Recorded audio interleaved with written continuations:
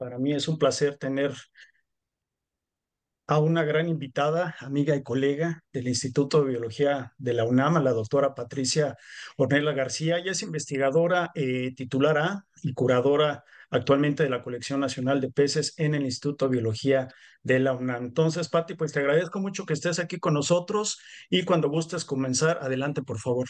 Sí, pues muchísimas gracias Alejandro por la invitación. La verdad para mí es un gran gusto compartirles mi trabajo y el trabajo de mi laboratorio. Entonces, bueno, pues quiero platicarles de un proyecto que se ha ido como redondeando en los últimos años gracias al trabajo de muchos estudiantes que han pasado por el laboratorio y a continuación lo vamos a ir platicando. Y bueno, este trabajo lo he tratado de enmarcar en un contexto más de la evolución repetida de las formas del cuerpo bajo condiciones similares o presiones selectivas similares en el ambiente, y en particular el género Astyanax, que es uno de los géneros con los que yo he estado trabajando desde mi doctorado. Pues actualmente hemos podido continuar con la reconstrucción de su historia filogenética y evaluar un poquito más a profundidad estos patrones. Entonces, voy a platicarles un poco acerca del contenido de la charla. Esta charla tiene una sección de introducción en donde les voy a platicar un poco acerca de la diversidad del grupo y cuáles han sido los principales conflictos taxonómicos que nos han pues dado pie a abordarlo desde diferentes enfoques. Por otro lado, les voy a platicar una parte importante que hemos avanzado en los últimos años, que es la reconstrucción filogenómica del género para la región mesoamericana. Y finalmente, pues mucho del trabajo se ha complementado con un análisis de la evolución de la forma, integrándolo a través de un enfoque evolutivo, ¿no? Y todo esto nos lleva a esta idea general de que en el género ha habido evolución repetida a lo largo de su historia evolutiva en respuesta a las condiciones ambientales, ¿no? Entonces, les voy a platicar un poquito de esto. Aquí es un breve antecedente sobre el trabajo que yo desarrollé en mi doctorado. Este artículo ya llovió, como dicen por ahí comúnmente, ¿no? Se publicó en 2008 y fue una filogenia del género para Mesoamérica. Particularmente, este es el mapa de la distribución de puntos que muestreamos para esa filogenia y como pueden ver, pues tratamos de hacer una evaluación pues exhaustiva en términos geográficos y en términos taxonómicos. Aquí pues el muestreo iba desde la frontera con Estados Unidos en la cuenca del Bravo hasta pues algunas poblaciones de Panamá, ¿no? Hay algunos huecos importantes, ¿no? Aquí ustedes pueden ver Honduras, pues la costa o la zona del Atlántico en Nicaragua, pero de manera general creo que este trabajo, pues en su momento fue como uno de los trabajos con un muestreo más exhaustivo. Y justo, como les decía yo antes, este género tiene una capacidad bastante conspicua de colonizar ambientes que no son fáciles para la mayoría de los grupos de vertebrados y en particular para los peces, ¿no? Como son los ambientes de cuevas. Y en el caso, por ejemplo, de los cenotes de la península de Yucatán, pero también los encontramos, por ejemplo, en los manantiales de Cuatro Ciénegas o en sistemas lacustres. Y asociados a estos sistemas, siempre podemos observar mucha de la variación morfológica, ¿no? Entonces, bueno, aquí voy a platicarles un poquito acerca de uno de estos ejemplos en donde se ha reportado ya, nosotros hemos ido describiendo estos patrones de evolución repetida y tiene que ver con ambientes lacustres o ambientes de lagos, en donde, como pueden ver en esta imagen, en diferentes episodios de la historia evolutiva del género, lo que hemos visto con las estrellitas es que surgen bajo condiciones de lagos la divergencia de dos ecotipos, ¿no? Que actualmente estamos tratando de caracterizar hasta qué grado podemos llamarlo especies polimórficas o hasta qué grado ya han llegado o podrían ser reconocidas como especies distintas. Y tenemos todo un gradiente de variación. Como ven en esta imagen, los menos diferenciados son los de los lagos de Metzabok, que tienen 100, en realidad podríamos decir incluso miles de años de estar evolucionando. En el caso del lago Catemaco, que ya son cientos de miles de años, y así sucesivamente hasta las poblaciones que están en los lagos de Centroamérica, de los grandes lagos centroamericanos, que en particular es el lago Managua y el lago Nicaragua.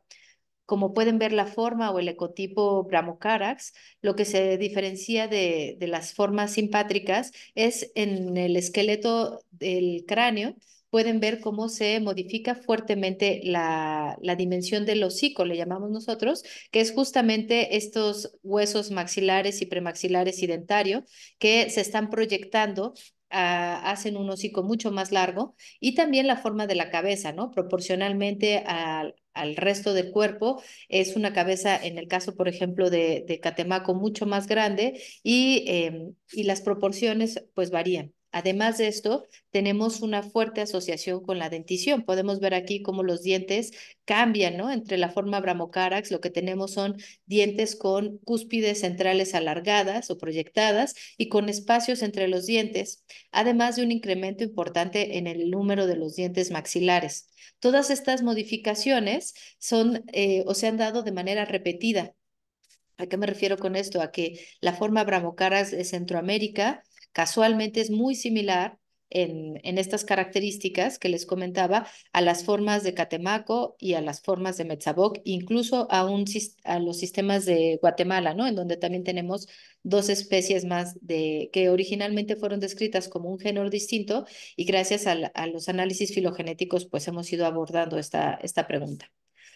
El otro gran ejemplo de evolución repetida es los ambientes de cuevas. Como ustedes saben, los ambientes de cuevas pues imponen una serie de condiciones ambientales muy específicas a las que diferentes grupos se han podido adaptar, ¿no? Aquí les estoy presentando, por ejemplo, al Sotanochacta celioti, que es un escorpión que es troglobio por completo, lo pueden ver aquí en la imagen, pero también tenemos diferentes grupos, salamandras, peces, una gran cantidad artrópodos de diferentes grupos que han podido adaptarse a estas condiciones de cuevas, y en general las adaptaciones que presentan son un incremento de los apéndices sensoriales y una serie de adaptaciones metabólicas que les permiten vivir en estas condiciones. ¿Y cuáles son las condiciones de las cuevas? Bueno, lo que sabemos es que al menos presentan una menor variación en la temperatura anualmente. Esto quiere decir que las temperaturas en las cuevas son constantes. También tenemos una condición muy contrastante en cuanto a los sistemas superficiales en los ríos, porque aquí vamos a tener un ambiente muy diferente entre las lluvias y las secas, ¿no? Durante las épocas de secas son prolongadas, la cantidad de nutrientes que ingresan a los sistemas de cuevas se reducen de manera importante, y durante las lluvias van a hacer un gran aporte de esta materia orgánica, y además, pues las corrientes van a cambiar, toda la estructura de la comunidad obviamente se va a ver afectada dentro de las cuevas. Y bueno, hay una gran premisa al respecto de la productividad primaria. A la ausencia de luz, pues sabemos que no vamos a tener productores primarios, y esta disponibilidad de nutrientes va a ser accesible a través, obviamente, del arrastre de nutrientes, pero también a partir de, en algunos casos, como en los anquialinos, podemos tener una quimiosíntesis. En el caso de las cuevas, lo que se ha sugerido como aporte importante de nutrientes son, por ejemplo, las excretas de los murciélagos, el guano, que finalmente es integrado por los invertebrados que están presentes en las cuevas y que ponen disponibles para mantener a toda la comunidad. Entonces, bueno, esto hace una diferencia importante. Como les decía, el aporte que tenemos durante las lluvias y el aporte continuo de las comunidades de murciélagos que ingresan a estas cuevas van a ser las fuentes primarias para la disponibilidad de nutrientes. En cuanto a las cadenas tróficas, evidentemente al no tener productores primarios como son las vegetales, pues vamos a tener en algunos casos una cadena trófica reducida, ¿no? Vamos a reducir el número de eslabones en la cadena, y actualmente en el laboratorio justo es una de las preguntas que estamos muy interesados en responder, ¿no? ¿Qué tanto se acortan, qué tanto cambian, qué tan diferentes son estas cadenas tróficas? Y finalmente, una de las características o de estas señales ambientales más importantes en las cuevas es la disponibilidad de oxígeno.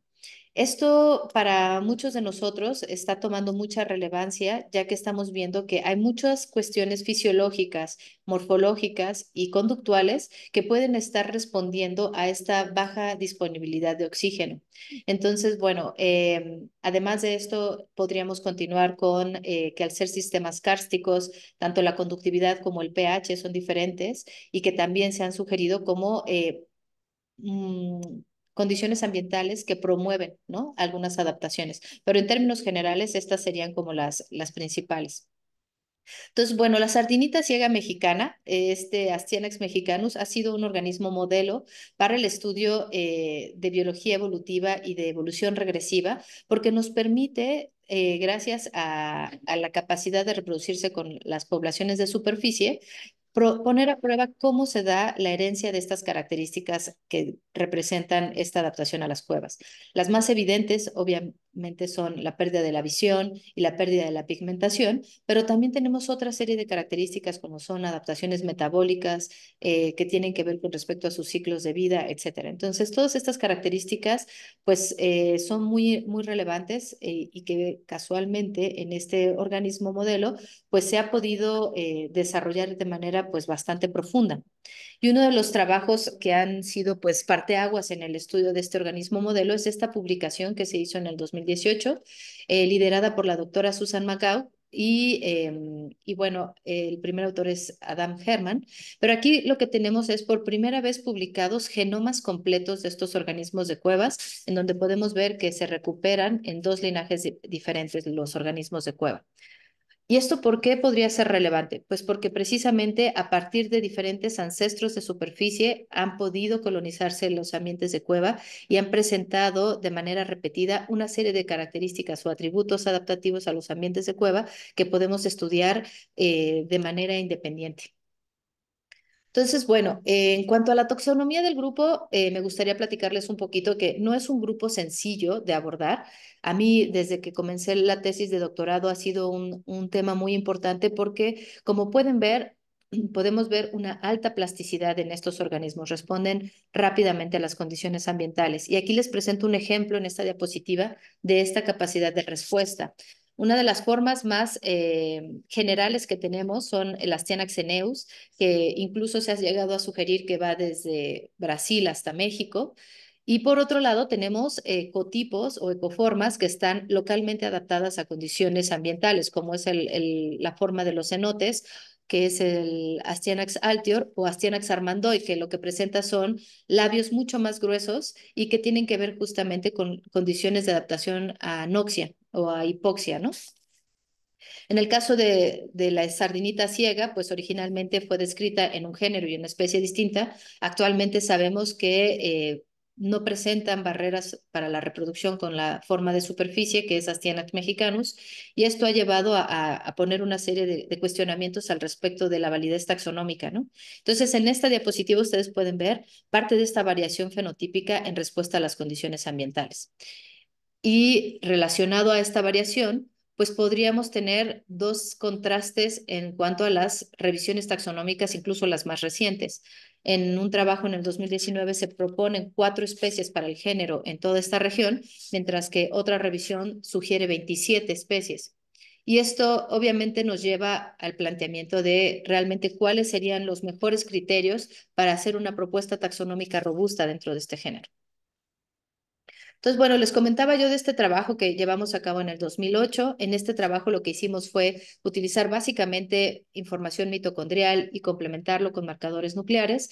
Y lo que obtuvimos fue una filogenia muy consistente y que de manera, pues, consistente, nos decía que las especies no se recuperaban de manera monofilética o recíprocamente monofilética, sino que, como pueden ver en esta columna del centro, lo que podemos ver es que algunos linajes o algunos clados presentaban más de una especie identificada previamente con la morfología y que compartían incluso haplotipos entre especies distintas, ¿no? Uno de los ejemplos más conspicuos es el complejo Astyanaxeneus, que es este que les estoy señalando aquí, que espero que se vea mi cursor. Y bueno, este complejo honestamente es muy interesante, aunque el que más ha llamado la atención para todos es el tema de las formas de cuevas, ¿no? Que prácticamente no tienen flujo, no tienen ninguna barrera para el flujo génico con las formas de superficie. Pero aquí podemos ver también un buen ejemplo de toda esta variación que se presenta en el ambiente y que están siendo complicados poner los límites a nivel de morfología y genética. Entonces, bueno, una cosa también interesante es que tanto con datos moleculares como con datos morfológicos, algunas regiones sugerían que podrían haber estado sujetas a un proceso de diversificación rápido y que no era posible esclarecer del todo sus relaciones filogenéticas, como es este clarito de aquí, del complejo Eneus, ¿no? En donde pues normalmente solemos llamarlos como politomías duras, incluso aquí también en Centroamérica, ¿no? En donde lo que parece ser es como que no ha habido el tiempo suficiente para resolver las relaciones entre estos grupos y más bien hubo una diversificación muy rápida. Y esto nos llevó un poco a plantearnos las siguientes preguntas. Eh, en cuanto a los patrones biogeográficos que han propuesto o que propusimos en su momento, fue que la mayoría de la cladogénesis en este género estaba asociada a procesos biogeográficos vicariantes, en su mayoría algunos casos de dispersión, pero que eran estas barreras geográficas las que estaban promoviendo estos procesos de diversificación dentro del grupo. Entonces, bueno, asociado a esto, hicimos un proyecto durante una estancia postdoctoral con el doctor Gerardo Pérez Ponce de León en el Instituto de Biología. Llevé a cabo esta estancia y lo que nos interesaba era abordar uno de los complejos más diversos en cuanto a la morfología y que su taxonomía estaba siendo sujeta a mucha controversia. Entonces llevamos a cabo un muestreo en 36 localidades, colectando 675 individuos de todas estas cuencas. Y nos pasó algo muy interesante. Veíamos un proceso de evolución bastante reticular, en donde podíamos observar que la mayoría de las agrupaciones o de los grupos genéticos recuperados presentaban una fuerte congruencia geográfica y esto lo pudimos corroborar tanto con información mitocondrial como nuclear. En este caso utilizamos 12 los microsatélites y aquí pueden observar ustedes que la mayor parte de la diferenciación que se da entre los clústeres está basada en regiones biogeográficas. En algunos casos podrían ser estas regiones biogeográficas similares a las propuestas taxonómicas, como es en el caso de Astyanax altior, que es de la península de Yucatán, o de Astyanax metzabok, que es otra de las especies que también tiene una área de distribución bastante particular, pero en la mayoría de los casos lo que estábamos viendo era una estructuración geográfica que no presentaba una congruencia con la taxonomía. Entonces, bueno, el objetivo general de mi plática el día de hoy va a ser mostrarles una reconstrucción que hemos hecho ya a partir de datos genómicos de estos grupos y en donde hemos tratado de evaluar justamente esta monofilia recíproca de las especies descritas tanto en México como en Centroamérica y empezar a evaluar cuáles son estos patrones de evolución morfológica desde un contexto filogenético, tanto en los ecotipos de lagos como en los ecotipos de cuevas. Y entonces, esta reconstrucción del género en Mesoamérica la hicimos en colaboración con la doctora Susan McGough de la Universidad de Minnesota e incluimos en el muestreo 13 especies de las 19 descritas y corresponden con 53 localidades, un total de 223 muestras. 108 fueron secuenciadas utilizando una restricción, bueno, una representación restringida del genoma, que son de RADSEQ, utilizando una sola enzima, MSP1, y utilizando esta tecnología de secuenciación de Novasec. Y por otro lado, utilizamos 77 genomas completos que ya se habían obtenido previamente y que incorporamos en estas filogenias para poder hacer la integración, además de 38 muestras que habían sido publicadas en el trabajo de Herman y colaboradores en el 2018, para tener una matriz completa de 455,000 SNPs y utilizando como grupos externos a las especies del complejo Bimaculatus en Costa Rica y también a Astyanax nicaragüensis, que estudios filogenéticos previos nos habían demostrado que podrían ser un buen grupo externo. Entonces, bueno, nuestros resultados fueron sorprendentemente similares a las filogenias que nosotros habíamos obtenido antes. Sorprendentemente digo porque evidentemente al incluir más información esperábamos que algunas de las relaciones pues cambiaran y han sido bastante consistentes para nuestra sorpresa. Sin embargo, sí que hay cambios y los vamos a comentar a continuación, pero en términos generales no pudimos recuperar a las especies descritas previamente como monofiléticas. También observamos que pues este patrón de evolución repetida en la historia evolutiva del género, pues se recuperaba de manera consistente con los trabajos previos, tanto para los ecotipos de cuevas como para los ecotipos lacustres. Y bueno, en términos generales, lo que podemos decir es que evidentemente, aunque puede haber patrones específicos de adaptación o de divergencia adaptativa, la mayoría de los patrones de diversificación o de cladogénesis en el género se corresponden con estas barreras biogeográficas. Entonces, déjenme platicarles un poquito al respecto de este árbol. En primer lugar, me gustaría contarles que de nuestros análisis recuperamos al menos a Astyanax mexicanus con dos linajes que les voy a platicar un poquito más adelante. Y en el caso del complejo Eneus, lo que observamos fue que pudimos resolver algunas de las relaciones entre los grupos, pero seguimos recuperando el mismo patrón. ¿A qué me refiero con esto? A que muchas de las especies descritas con morfología siguen sin ser recuperadas como monofiléticas, como es el caso de Bacalarensis, como es el caso de Altior, como es el caso de Armandoy. Todas estas especies, pues, podrían caer en categorías de parafilia o polifilia, dependiendo obviamente de a qué nivel de la topología estuviéramos discutiéndolo.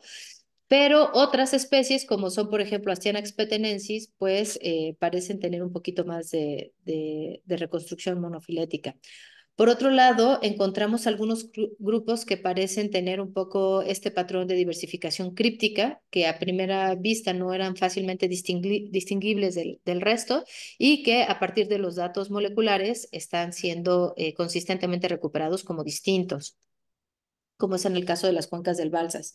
Y por otro lado, pudimos recuperar de manera similar a lo que se había reportado ya en el artículo del 2008 y este patrón de linajes muy divergentes que tenían una o que presentaban una distribución disjunta en lo largo de la historia evolutiva, lo que hablaba un poco de estas historias complejas en donde a partir de independientes eventos de colonización o de dispersión hacia el norte, hemos dejado esta distribución disjunta de estos linajes a lo largo de la distribución. Entonces, bueno, estos grupos son bastante interesantes. Otra sorpresa también que ya es también consistente con la parte de la información mitocondrial corresponde con la costa de Chiapas, en donde pudimos ver una mayor estructuración genética de la que originalmente habíamos podido recuperar con información mitocondrial, pero que es muy consistente con lo que se está recuperando con otros grupos de peces dulceacuícolas, lo que nos habla también de esta heterogeneidad en la costa del Pacífico, al menos en la zona sur de México.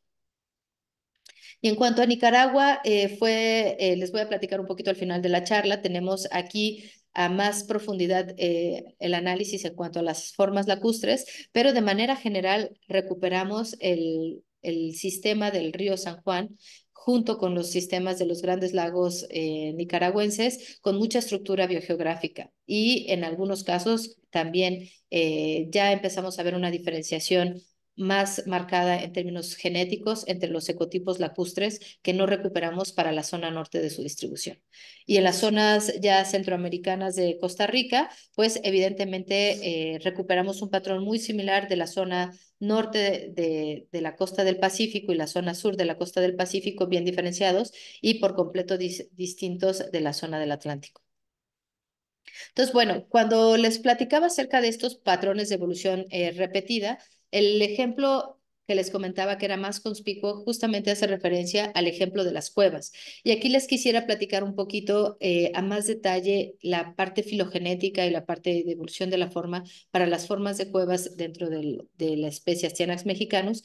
Y este trabajo fue parte de la tesis de maestría de Marco Garduño Sánchez en mi laboratorio y que llevó a cabo en colaboración con la doctora Susan McGough. Este trabajo, la verdad es que para nosotros fue importante porque previo al estudio de Marco, lo que había eran pues filogenias con una o dos poblaciones de cuevas y en este estudio pudimos incluir el muestreo más exhaustivo hasta el momento de poblaciones de cuevas. Como pueden ver, esta distribución de puntos aquí que les presento en la Sierra de Guatemala, Micos y el Abra, justamente corresponden con las tres regiones en donde se han caracterizado 34 poblaciones o identificado 34 poblaciones de cueva dentro de la especie y pudimos tener un muestreo muy importante para esta región. Entonces, históricamente estas regiones, tanto Guatemala como Micos, se describían como procesos de colonización más recientes y la Sierra de Labra se describía como las poblaciones de cueva que llevaban más tiempo adaptándose a estos ambientes de cueva. Y se los explico porque a continuación vamos a hablar un poquito de estos dos linajes. Entonces, bueno, en el trabajo de la historia filogenética lo que observamos fue que es consistente, se recuperan los dos linajes de cuevas de manera independiente, pero a diferencia de lo que se había publicado previamente, lo que vemos es que el sistema de Guatemala y la Sierra de Micos corresponden con dos episodios distintos de colonización a las cuevas, cosa que tiene mucha congruencia desde un enfoque biogeográfico. Cuando les enseñaba el mapa hace unos momentos, las regiones son bastante distantes y no existe una comunicación, al menos hasta el momento conocida, de forma subterránea que pudiera sugerir esta monofilia entre estos dos linajes, cosa que previamente por el muestreo pues no era tan clara la diferenciación. Y el resto de los linajes el resto de clados en este primer linaje, lo que vemos es que presentan una serie de congruencia con respecto a los patrones biogeográficos, porque tenemos de norte a sur las cuencas del Bravo Conchos, San Fernando y Gualahuises agrupados, y posteriormente todo lo que es el sistema del Pánuco y Mante agrupados en este grupo.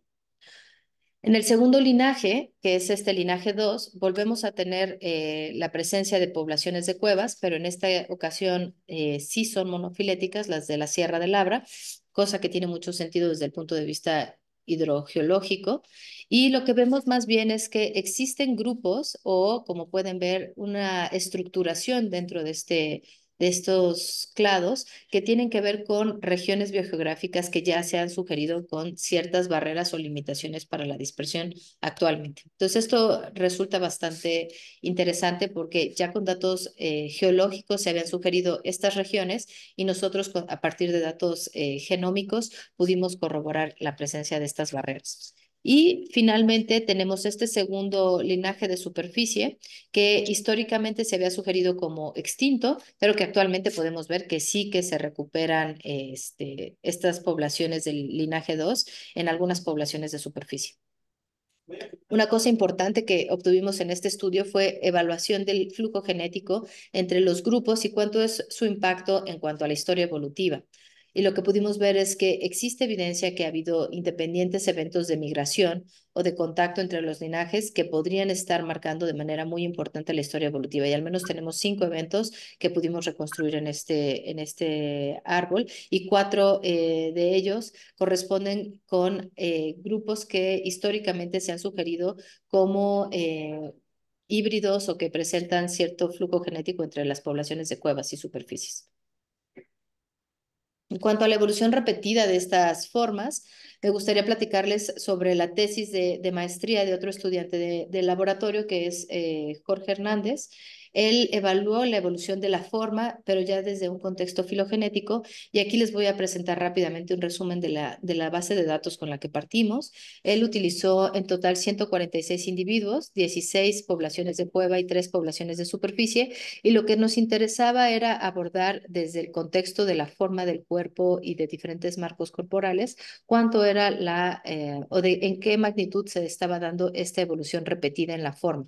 Entonces, como resumen, les presento este gráfico aquí en azul y gris, en donde de manera general, si agrupamos únicamente por el ecotipo, pueden observar ustedes que sí hay una clara diferenciación y esto es considerando ejemplares de los dos linajes de cuevas, ¿no? Y entonces lo que podemos ver es una distribución, pues de manera bimodal en cuanto a la forma de superficie y la forma de cueva, ¿no?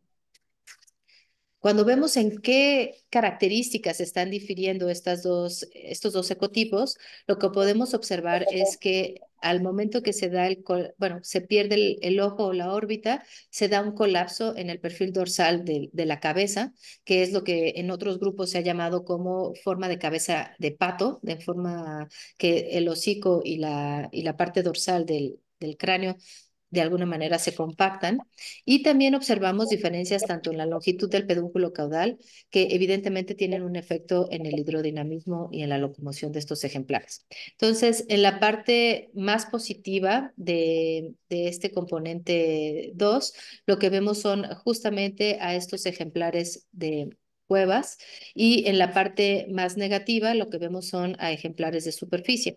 Como pueden ver, hay mucho traslape y lo que tenemos es un gradiente, siendo las poblaciones de la Sierra de Labra los ejemplares que están en el extremo de la distribución y los ejemplares de Micos y de Guatemala los que presentan en los triángulos verdes más claros y triángulos rosados un mayor traslape con las poblaciones de superficie que están coloreadas aquí en azul. Uy, un momento, por favor.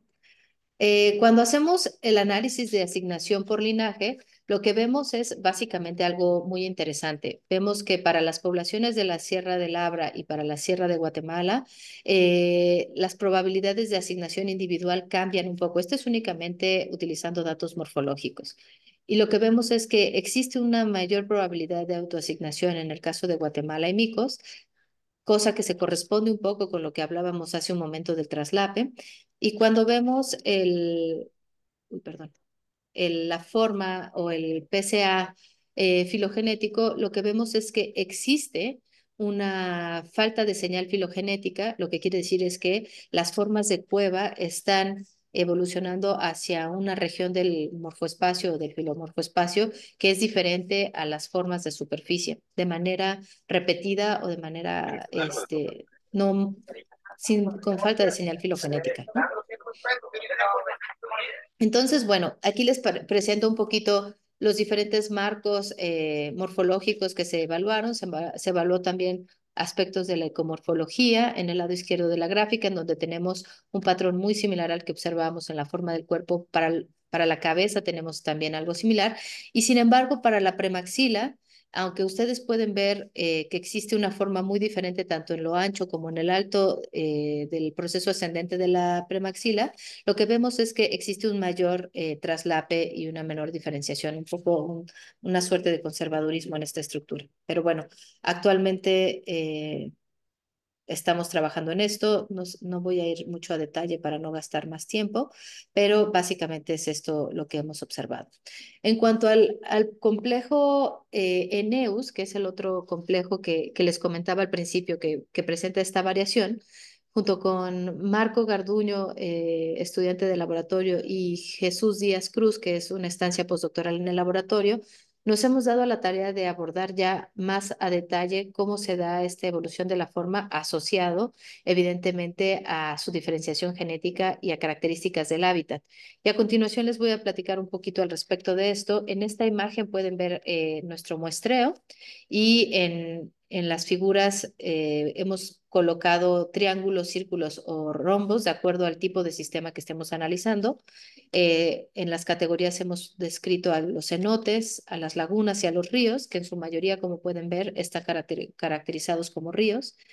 Y nos interesaba ver, de acuerdo a estos tipos de sistemas, cómo era la variación morfológica. Además, ver su correspondencia en cuanto a la morfología y a la taxonomía previa. Entonces, bueno, este árbol está basado en 189 muestras de 38 poblaciones con 20,000 SNPs y básicamente lo que recuperamos es un patrón muy interesante en donde nuevamente lo que más está determinando algunos de los clados que analizamos es los patrones biogeográficos y no estamos recuperando a las especies previamente descritas como monofiléticas, sino que más bien lo que vemos es una estructuración más geográfica, ¿no? Cuando hacemos este análisis de la variación morfológica entre ambientes, lo que podemos ver es pues una separación que tiene que ver más con el tipo del sistema. Aquí del lado izquierdo podemos ver organismos que tienen o presentan cuerpos muy altos que están asociados a estos sistemas de los cenotes, mientras que en el extremo de este primer componente vemos cuerpos muy alargados que usualmente están relacionados con estas formas lacustres que habíamos mostrado previamente. Pero algo que me gustaría llamarles la atención es este polígono central que básicamente corresponde con toda la variación que presentan las formas de ríos y como pueden ver es parte de lo que hace a Astyanax tan diverso morfológicamente y tan complicado a la vez para poder abordar preguntas de la evolución de la forma. Entonces, bueno, aquí en este polígono del centro pueden ver que es bastante alto el traslape que encontramos entre los diferentes sistemas y que la forma de lagos versus las formas de ríos y las formas de cenote, pues cuesta trabajo definir discretamente, aunque cuando lo hacemos en un análisis discriminante, lo que podemos ver es que la probabilidad de asignación por sistema es bastante elevada, ¿no? En particular para los ríos versus lagunas y cenotes, pues podemos ver en algunos casos altos porcentajes de probabilidad de asignación exclusivamente asignándolos a estos tres sistemas o estas tres categorías.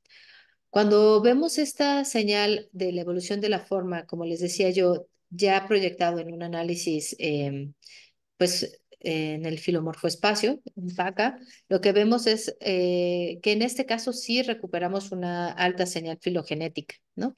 Y básicamente lo que estamos viendo es que no podemos descartar que los grupos filogenéticamente más cercanos sean más similares entre sí en la forma, ¿no? Cuando vemos en cuanto a estos radios de altura del cuerpo que habían sido sugeridos como de los principales ejes de variación en la forma del cuerpo, pues lo que vemos aquí es, este gráfico es una reconstrucción de la distribución. En las puntas pueden ver la distribución en los hábitats o en los ambientes. Este primer linaje, que es uno de los más diversos en cuanto a las especies descritas previamente, pues también podemos ver la fuerte diversidad en ambientes que van desde lagunas, cenotes y ríos, y asociado a esto podemos ver también una alta tasa de cambio en esta parte del radio de la altura del cuerpo. Aquí tenemos los valores más altos en cuanto a los cuerpos más alargados y también podemos ver en este mismo clado algunos de los cuerpos más altos, ¿no? Alargado sería para la forma Abramocarax, alto para las formas de cenotes. Y entonces, prácticamente revisando esta figura, podemos describir qué especies, ¿no? Estamos observando en este radio de variación de la altura del cuerpo. En cuanto a las tasas de diversificación, también en este primer clado podemos observar que presenta la tasa de diversificación más alta y en los otros dos clados que correspondían con las otras regiones, esta variación es mucho menor, ¿no? Siendo la menor tasa de variación la que encontramos en la zona de la costa de Chiapas. Y bueno, cuando tratamos de hacer una correspondencia entre la variación de la forma a lo largo de los linajes y la distribución, que es otra forma de representar, ver si existía una correspondencia entre las distancias geográficas y las distancias procruces, lo que vemos es que sí existe una correlación y es significativa, mientras que cuando lo correlacionamos con las distancias genéticas, curiosamente en este caso ya no nos da una correspondencia significativa, pero tiene que ver mucho con estas formas de lagos que les comentaba yo hace unos momentos. Entonces, bueno, vamos a entrar en este caso a una evaluación de la forma o de la evolución repetida en los sistemas lacustres. Esto tiene que ver con uno de los proyectos que pues fue parte de mi tesis de doctorado y que actualmente en el laboratorio seguimos explorando. Y básicamente aquí lo que les quiero presentar es un poquito el avance que hemos tenido en este contexto de explorar más a fondo qué es lo que está pasando con este modelo. Recientemente publicamos un artículo para el lago Catemaco en donde con microsatélites no encontrábamos diferenciación y ahorita les voy a platicar un poquito cómo va esto en cuanto a los datos genómicos, ¿no?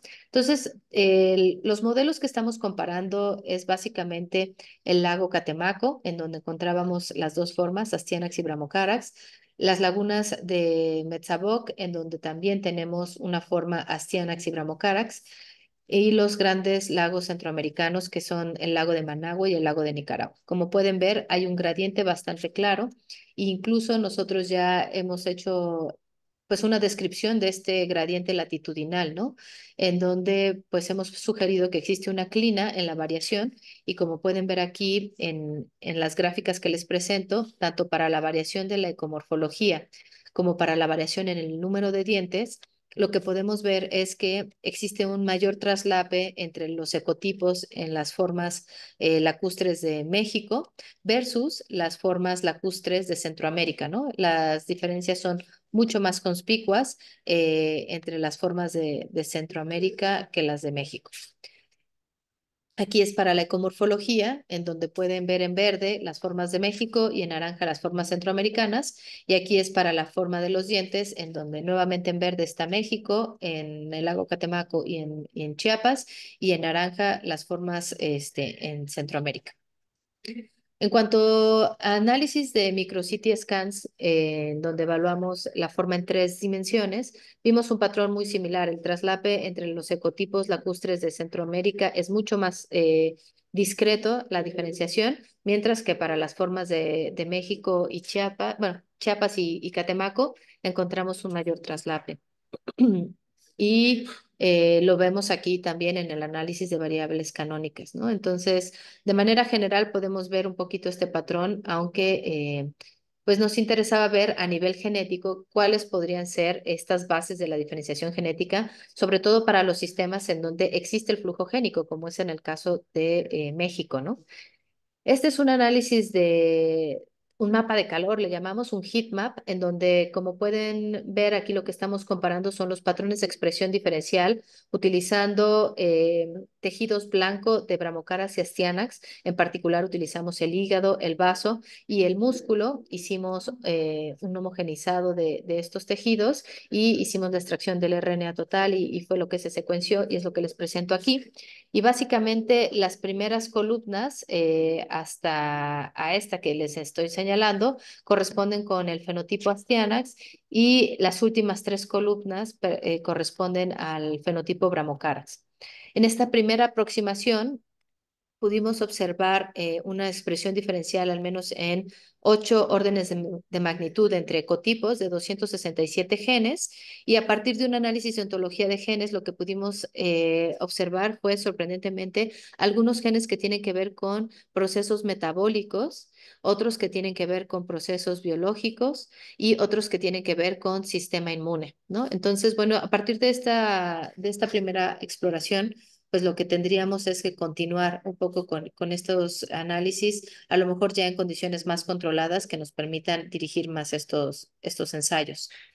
Por otro lado, utilizando estos datos de RADSEC, con la ayuda de Marco Garduño, lo que se llevó a cabo fue poner a prueba este gradiente de diferenciación clinal que se había observado con datos morfológicos y lo que observamos es que de manera consistente se recupera el mismo patrón, pero en este caso con la variación genética.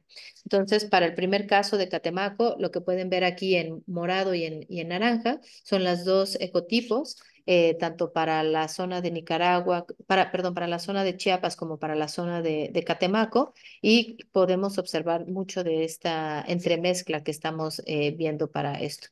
En contraste, cuando lo comparamos para el sistema centroamericano de los lagos de Nicaragua, lo que vemos ya es una diferenciación clara entre las formas de Astyanax y Bramocharax, cosa que nos lleva a pensar que existe justamente este patrón de variación clinal.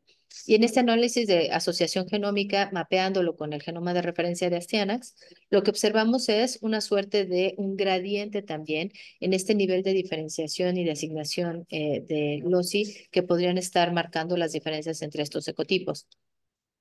En México, como pueden ver, a partir de nuestra línea de significancia para estos LOCI asociados significativamente, la dispersión de estos LOCI es mucho más baja con respecto a la que encontramos para el caso de Nicaragua. A lo que me refiero es que estamos viendo también aquí una variación clinal, siendo mucho más fuerte y más distante estos LOCI en el caso de la forma de los ecotipos lacustres en Centroamérica en contraste con México.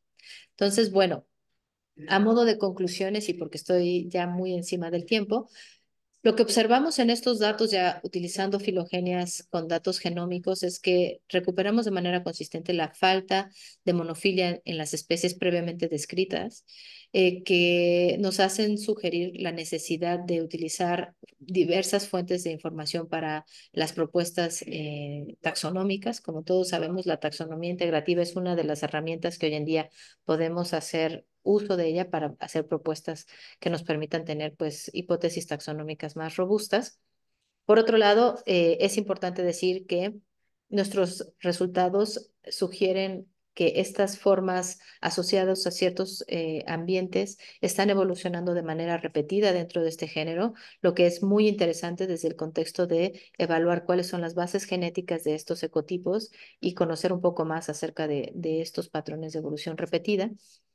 Y obviamente es una pregunta que desde el punto de vista de la biología evolutiva es interesante porque nos permite evaluar qué tan predecible, ¿no? Puede ser la evolución bajo ciertos contextos ambientales.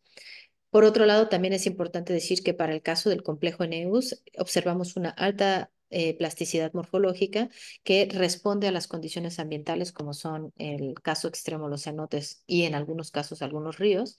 Y bueno, de manera muy general lo que observamos es que existe una fuerte disparidad entre la variación fenotípica dentro de los linajes de Eneus, en donde podríamos observar pues tanto patrones de contingencias históricas como algunos efectos también de historias evolutivas, ¿no? Entonces, con eso me gustaría agradecer a las fuentes de financiamiento. También me gustaría agradecer a los colaboradores de este proyecto, a la doctora Susan Lagau, que nos ha permitido llevar a cabo pues, muchas de estas preguntas gracias a los datos genómicos, al doctor Joshua Gross, que también ha sido un fuerte colaborador de esta propuesta, y al doctor Nicolás Roner, a la doctora Rocío Rodiles y al doctor Gerardo Pérez Ponce de León, con el que también hemos tenido mucha interacción en este proyecto, y a la doctora Berenice Mendoza del Instituto de Biología, a todos los estudiantes de mi laboratorio, que en particular aquí en la charla les he ido dando sus nombres, pero también tenemos a varios estudiantes como Lulú, que es una de las espeleólogas del grupo y que también ha apoyado mucho a Angélica Verde, a Ramsés Miranda y a toda la gente que ha hecho posible esto, y a Carlos y Carlitos, que son el motor. Y con eso me despido de la presentación y lista para preguntas, si es que Muchísimas, hay. muchísimas gracias, Patti, por este seminario tan interesante. Es un montón de trabajo. Yo de antemano pues, te felicito, ¿no? Por toda esta investigación que has realizado tan complicada y tan compleja y sobre todo incluso hasta en campo, ¿no? Metida en las cuevas, que pues tú sabes, ¿no? Que no es cualquier cosa. En ese sentido, te felicito. Tenemos tiempo para preguntas, entonces, si alguien quiere prender su micrófono, pueden o quieren escribirlas en el chat. Sí. Las podemos ir leyendo, por favor. Creo que es un tema que da para mucho, ¿no? En cuestiones. Yo tengo una primera pregunta, Pati, respecto a los ecotipos. Ujú, Nosotros, ¿no? Los que hemos tenido el privilegio o la suerte de trabajar con bichos de cuevas, que son grupos bien interesantes, ¿no? En artrópodos, pues ya te ujú, imaginarás, tú los has visto, pues nosotros siempre partimos, ¿no? De que vemos un ejemplar bien troglobio con un montón de adaptaciones a cuevas y asumimos, ¿no? Que eso es completamente diferente a lo que encontramos incluso en mismo género, una especie relacionada fuera de las cuevas, ¿no? Sin embargo, ujú, aquí tú nos estás mencionando, ¿no? Que hay flujo génico entre poblaciones de astianas que son ciegos, con poblaciones externas que imagino que son poblaciones que tienen ojos, ¿no? Y tienen características bien diferentes, ¿no? Diferentes tipo de alimentación, luz, etcétera. ¿Qué implicaciones tiene esto en cuestiones taxonómicas y también qué explicación fisiológica tendría, ¿no? Que nos podrías comentar en este flujo génico que hay con poblaciones bien metidas en cuevas con poblaciones externas. sí, pues gracias, Alex, porque justo creo que esto ha sido uno de los retos más importantes en la comunidad en general, no solo en mi trabajo. Cuando estamos hablando de especies distintas, creo que todos queremos cumplir con el criterio de aislamiento reproductivo, ¿no? Que es uno de los Claro. criterios que pues más se reconocen en la distinción de especies. Y en algunos casos no es posible cumplirlo y esto nos lleva a al cuestionamiento sobre si es válida la especie o no.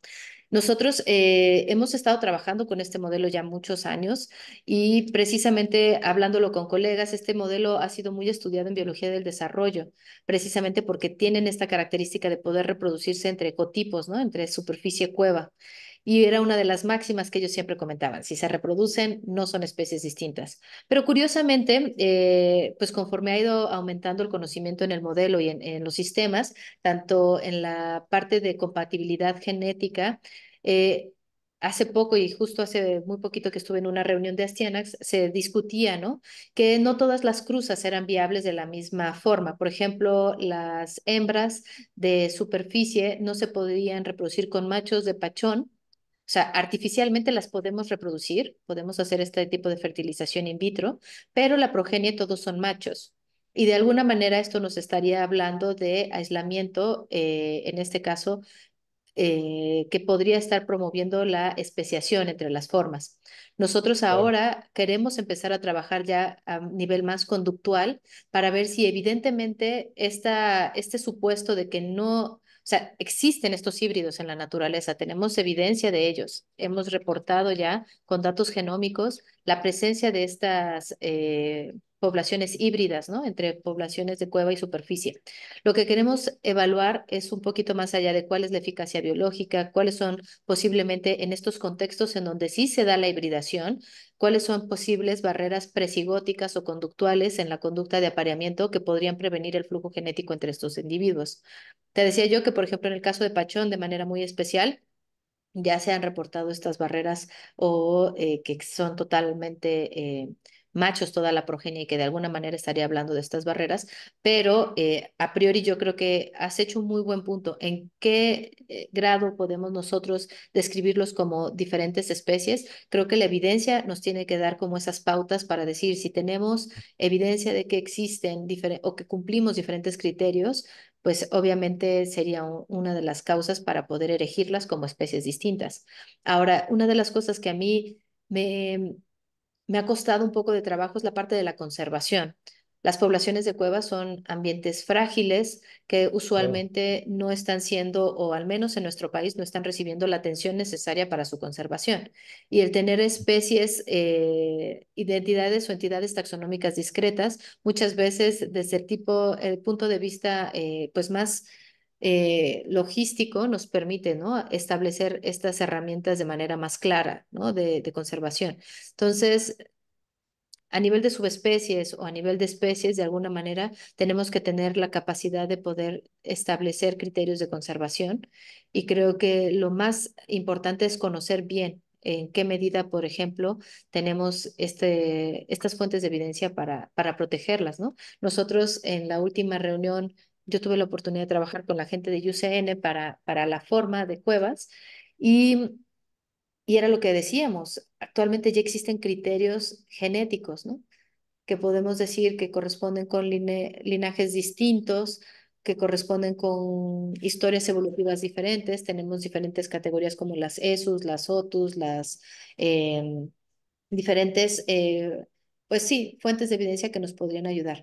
Pero estoy totalmente de acuerdo contigo en que mientras más evidencia tengamos al respecto de que son especies válidas, es muy importante porque también en esa medida vamos a poder dirigir mejor los esfuerzos de conservación.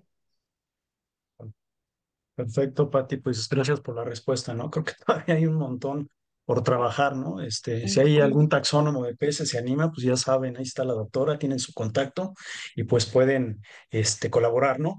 Tenemos tiempo todavía para un par de preguntas. Aquí Julián Bueno nos pregunta, gusto saludarte, Julián. ¿Cuántas especies de Astyanax hay en el sistema lacustre y de ríos en Catemaco? ¿Cuántas especies en Catemaco? Fíjate que aquí nosotros hemos, en este artículo que publicamos recientemente, cuestionado un poco esta especie de caballeroy. Actualmente se reconocen dos, Astyanax ceneus y Astyanax caballeroy. Caballeroy, desafortunadamente, incluso con datos genómicos, no la hemos podido recuperar como una entidad genética distinta. Existe el flujo génico. Y bueno, hay una cuestión ahí que es sobre las especies polimórficas, ¿no? Que presentan polimorfismos estables que, dependiendo de las condiciones, pues podríamos esperar que terminarán llevando a cabo o terminaran siendo especies distintas. Actualmente los datos genéticos y genómicos lo que nos dicen es que es una especie polimórfica y que estaríamos hablando de esta especie reconocida como Astyanax ceneus.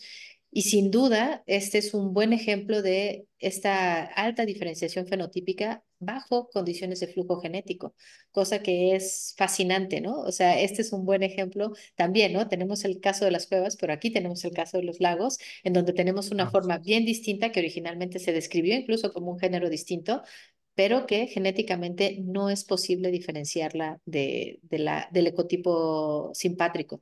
Entonces, creo que eso es una de las ventajas que como biólogos evolutivos tengamos en cuenta que esto es un proceso, ¿no? Que estamos evidenciando estos procesos de diversificación y que pues ninguno de nosotros sabemos qué va a pasar en el futuro, sabemos lo que está ahorita y ahorita hay un grupo que tiene flujo genético y que se podría describir como una especie polimórfica, ¿no? perfecto, Pati. Pues muchas gracias por la respuesta. Tenemos tiempo nada más para una respuesta, es para una pregunta, perdón. En este caso, me gustaría cerrar con la siguiente pregunta, Pati, Sí. respecto a los procesos de vicarianza dentro de cuevas, ¿no?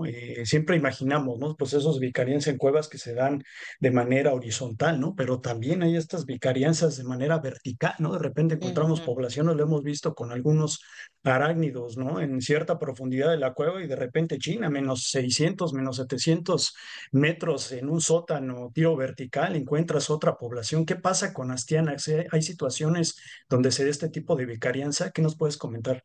Ah, esa pregunta es bien bonita. Fíjate que actualmente lo que hemos podido registrar ya es que a pesar de estar en una población, ¿no? En una cueva en donde tú tienes cierta conectividad que está ligada a los sistemas de lluvias y secas, ¿no? Durante las temporadas de lluvias, lo que tú esperas es que se dé una conectividad tanto vertical como horizontal, ¿no? Dependiendo de Claro.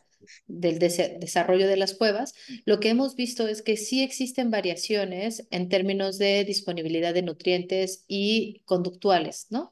Hay una conducta que se ha descrito, por ejemplo, para estos peces que se le reconoce como atracción por vibración y lo que hemos visto es que en una misma cueva existen diferencias entre las pozas de la cueva que podrían estar marcadas por la disponibilidad de nutrientes en cada una de estas pozas, ¿no? Que quedan remanentes en los sistemas de cuevas.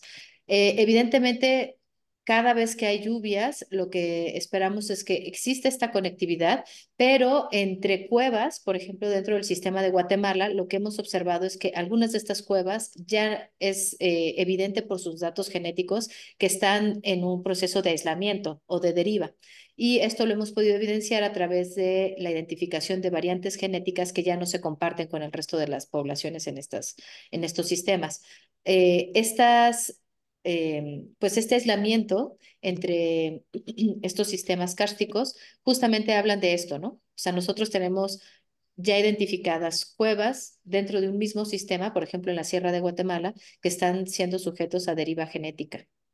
Entonces, estas variantes son importantes porque de alguna manera nos están permitiendo abordar las bases genéticas de algunas pérdidas de función, ¿no? Por ejemplo, en el caso de los Claro. ojos.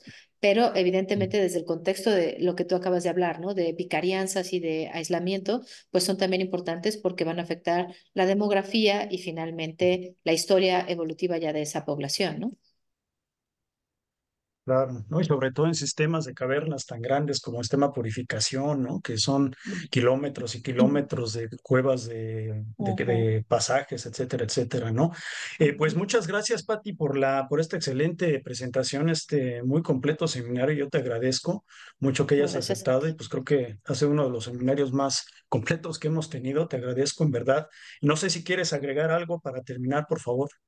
No, pues agradecerles al contrario y como tú decías, aquí las puertas de la colección están abiertas, ahí están mis datos de contacto, si alguien está interesado en el estudio de estos peces de cavernas, aquí los esperamos. Perfecto, Pati. Pues ya escucharon a la doctora, tienen el contacto, alguna colaboración, alguna consulta, pues la doctora los puede ayudar.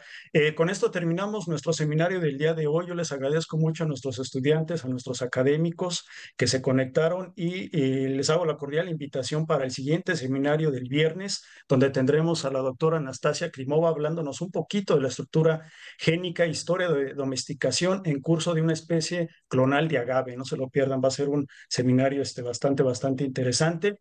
Les agradezco de nueva cuenta y que tengan un excelente viernes y fin de semana. Gracias, Muchas Pati. Un gracias. abrazo. Nos vemos. Gracias.